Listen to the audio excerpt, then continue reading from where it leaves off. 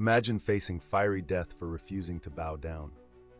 This is the story of Shadrach, Meshach, and Abednego, three brave young men who defied King Nebuchadnezzar's golden statue. Thrown into the furnace, their faith sparked a miracle. They walked unharmed amidst the flames, joined by a fourth figure resembling a divine being. Astonished, the king proclaimed their God as the true protector.